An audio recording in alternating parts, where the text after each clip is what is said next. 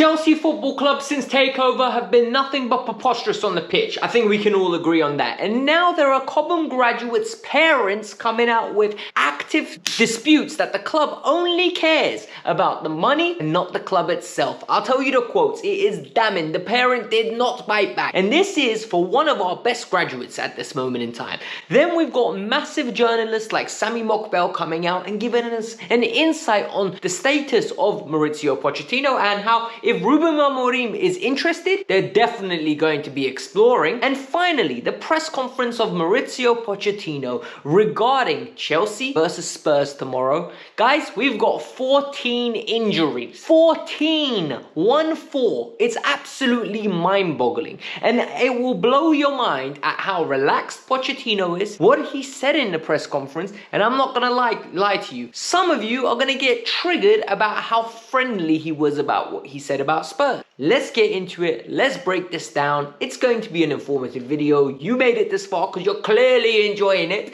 So new month, new goals. I need you to, number one, hit the like button. I want to get 750 likes on this video. Number two, I need you to subscribe if you're new. This is the best way to grow the community. You subscribe, you hit the bell notification, you keep seeing more of the videos, and you come back and watch even more. And it becomes part of your daily routine. And finally, the biggest one of all, in the comments below, let me know, would you want Ruben Amorim as the manager? And if not, why not? Let's get into it. I really want to start with the fact that a parent of basically a former Chelsea player at this moment in time has come out and felt the need to actively expose the club, because that's exactly what has happened. Who is the parent? Firstly, it is Ian Matson's father. Ian Matson is currently on loan. Yes, so he's still on Chelsea's books. He's currently on loan at Borussia Dortmund, and he is absolutely smashing it to the point where he's got links to Juventus, Dortmund and Bayern Munich at the end of the season, and even some clubs in England are interested, and some of the ones that are being named as West Ham United. But, and this is a big but, the player basically has no intention of coming back. When Chelsea sold him, they made him re-sign a new deal. Well, loaned him, sorry, they made him re-sign a new deal with an extension so that Chelsea could get some money for him and he can recoup some of his value, and more importantly, he could get some protection in terms of, look, you go away, you play some regular football, you up your value, but you still get paid for next year as well. So you're still going to be on our books, and if something's changed, you can come back. He has gone there and smashed it to the point where he looks set to join Dortmund. His father's come out and made comments, and these comments, in my opinion, are damn. He said, number one, Ian Matson is developing perfectly, and they want to stay at Dortmund. Strike number one. The fact that this kid is so openly willing to stay at Dortmund over Chelsea, it is damning. Absolutely damning to how far we have fallen. Number two, he is developing at a rapid rate to the point where he is getting interest from other clubs. Damning. If other clubs of the magnitude of Bayern Munich are interested, why are we not interested in integrating this kid? And the final one, the biggest one of all, he said Chelsea at this moment, since the new ownership have come in, have been a mess. And it's to the point where money's more important than the interests of the club. And that is absolutely spot on, because we know this. The Chelsea fan base, right, that believe that these owners are the same as Roman, forget about it. Absolutely forget about it. Why? It's actually simple to realize. They're investment bankers. 60% of our club is owned by a consortium. Consortiums only care about making money. This is why when we were getting sold, what were my criteria? I didn't want any multi-diverse ownership. I didn't want 3 or 4 individuals owning us. I wanted one individual. I didn't care if they were English, American, Arab. I don't care. As long as it's one person that owns us and uses us as their toy to invest money and make us as best as possible. What I didn't want is an investment consortium. I did not want an investment consortium because all they care about is making money. Go and look at what happened with AC Milan, with the Elliott Fund. Go and look at other entities where clubs come in, owners come in, and what they do is literally turn it into a business. And all they care about is generating revenue, not winning stuff. Revenue, make the brand bigger, make this bigger, make that bigger. Nothing about winning on the pitch. And for me, that frustrates me. Yes, they've invested money. However, they've incorrectly invested money at this moment in time. And now we've got young players, parents, feeling comfortable enough to come out and absolutely put shame on our club. And good on them. He's allowed to do that. One way we've got it wrong is the 3 appointments in a man. Like, let's be honest. Going from Tuchel to Potter was a massive downgrade. Then bringing in Frank Lampard as an interim was a massive downgrade. Like, let's be honest. Potter should have kept his job till the end of the season. Potter should have had until the end of the season at that moment in time if your intentions were to get Frank Lampard. You had Julian Nagelsmann, Enrique, and you settle for the one and only Frank Lampard till the end of the season to bring me Mauricio Pochettino. Like, we've been doomed from the start. So when Sammy Mokbel comes out and says, look, I'm not saying Pochettino is definitely going to go on a podcast. He says, but there is an end of season review. And if Chelsea can get Ruben Amorim, they are definitely going to explore it. Even though that they're denying the interest and the fact that they bought the flight allegedly to bring him over. Guys, Ruben Amorim is bigger asset at this moment than Chelsea. This is why I find it hilarious when people say to us, oh, you know what, but is Amorim big enough for Chelsea? Bruv, are we big enough for Amorim? Are we the entity that Ruben Amorim wants to come to? We are no longer the club that we were 2 years ago under Thomas Tuchel, where managers were saying, you know what, I go to Chelsea, I win. We are no longer that club. We are a club that finished 12th, and a club that's going to struggle to finish 8th this year. Like, let's be honest, all right? Let's be open and honest about what we're doing here and what kind of entity we have become. So, come on, man. Ruben Amorim is a blessing of a manager to get. We are on the table of De Zerbi's. We are on the table of Thomas Frank at the moment. We are on the table of Graham Potter and Mauricio Pochettino's. Ruben Amorim is a winner. Like, we should be looking at Amorim or Tuchel. That's it. For me, those are the two, and I will reiterate that rigorously. Or maybe an Inzaghi, got to look at an Inzaghi. Maybe a Thiago Motta, because he's an up-and-coming manager and he's absolutely overachieving. But even with him, I've got my reservations. I do not like this whole, oh, Chelsea at the moment need to be exploring. If Poch is gone, those are the 4 managers we need to be looking at. And then Sammy Mokbel said something very interesting, which triggered a lot of people. He said Pochettino got none of the players he recommended. Good. What players has Pochettino publicly recommended that we, in my opinion, as fans would have wanted? Ugarte. None of us wanted Ugarte. Ugarte has gone to PSG. He's sitting on the bench. Vitinha, Ruiz and Zaire Emery are starting ahead of him. Emery does not want him because he's technically dead. I don't want technically dead players in my team. I need people who have got work rate, who have got good attitudes, and who are footballers. I don't need athletes, I need footballers. I need you to dictate the play by moving the ball around swiftly and controlling the game.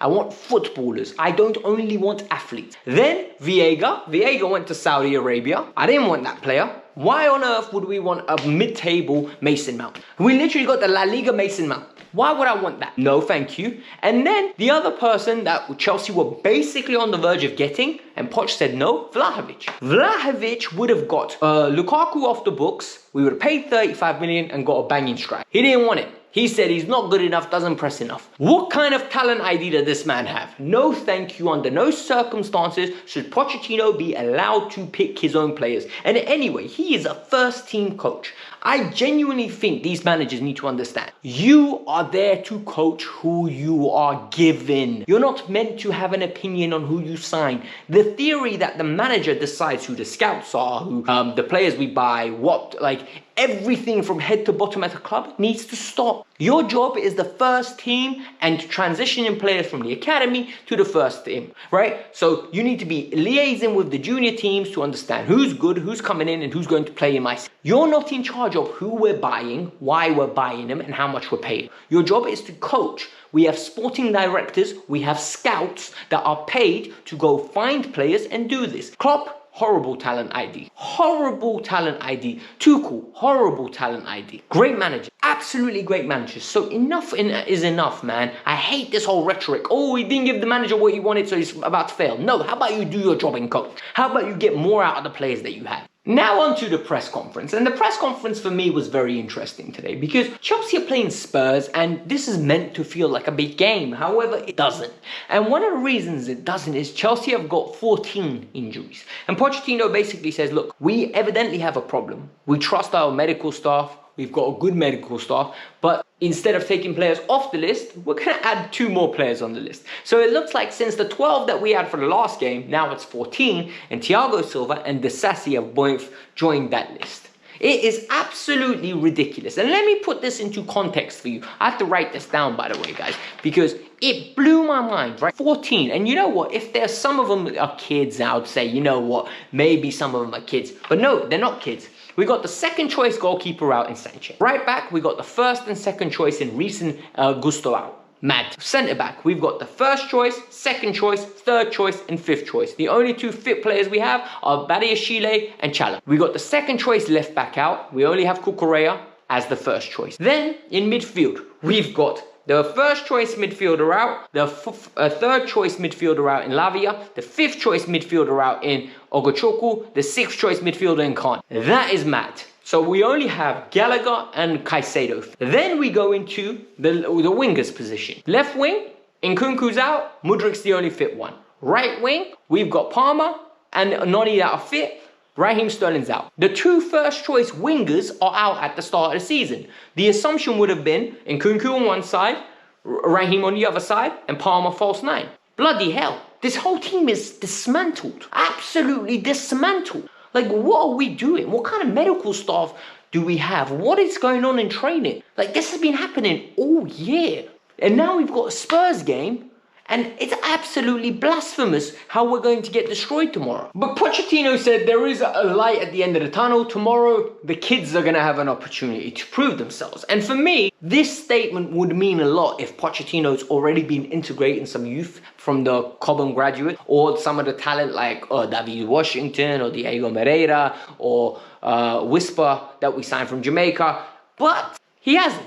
He literally hasn't. Like, he's got a right back that is first choice in the under-21s on the bench, and he plays Alfie Gilchrist at right back. So for me, when he says, I'm going to give opportunities, I think he means for front row seats. Like, I think he means Neo concert tickets. I think he means Usher concert tickets. I think Stamford Bridge tickets so that the kids can sit in the £10,000 seats. You know, the ones you part of the team basically get to dress up, go into the locker room, but you ain't playing. Because what is he going to do? He's going to play the same lineup. I'm going to put my neck on the line. I'm going to tell you what the lineup is. He's going to put Petro in goal. Right back, we're going to have Alfie Gilchrist. Centre back, we're going to have Badiashile and Chalaba. Left back, Cucurella. Midfield to pivot of Gallagher and Caicedo. 10, Palmer. Noni on the right. Mudryk on the left. Jackson on 10. And then the subs he's going to make. Caceres is going to get some minutes. And other than that, I don't know who else is going to get minutes because everyone else is injured. So the other kids are not getting minutes. I promise you now, it won't happen. And if it does, I'll be flabbergasted. So for those of you that know me, right, I am never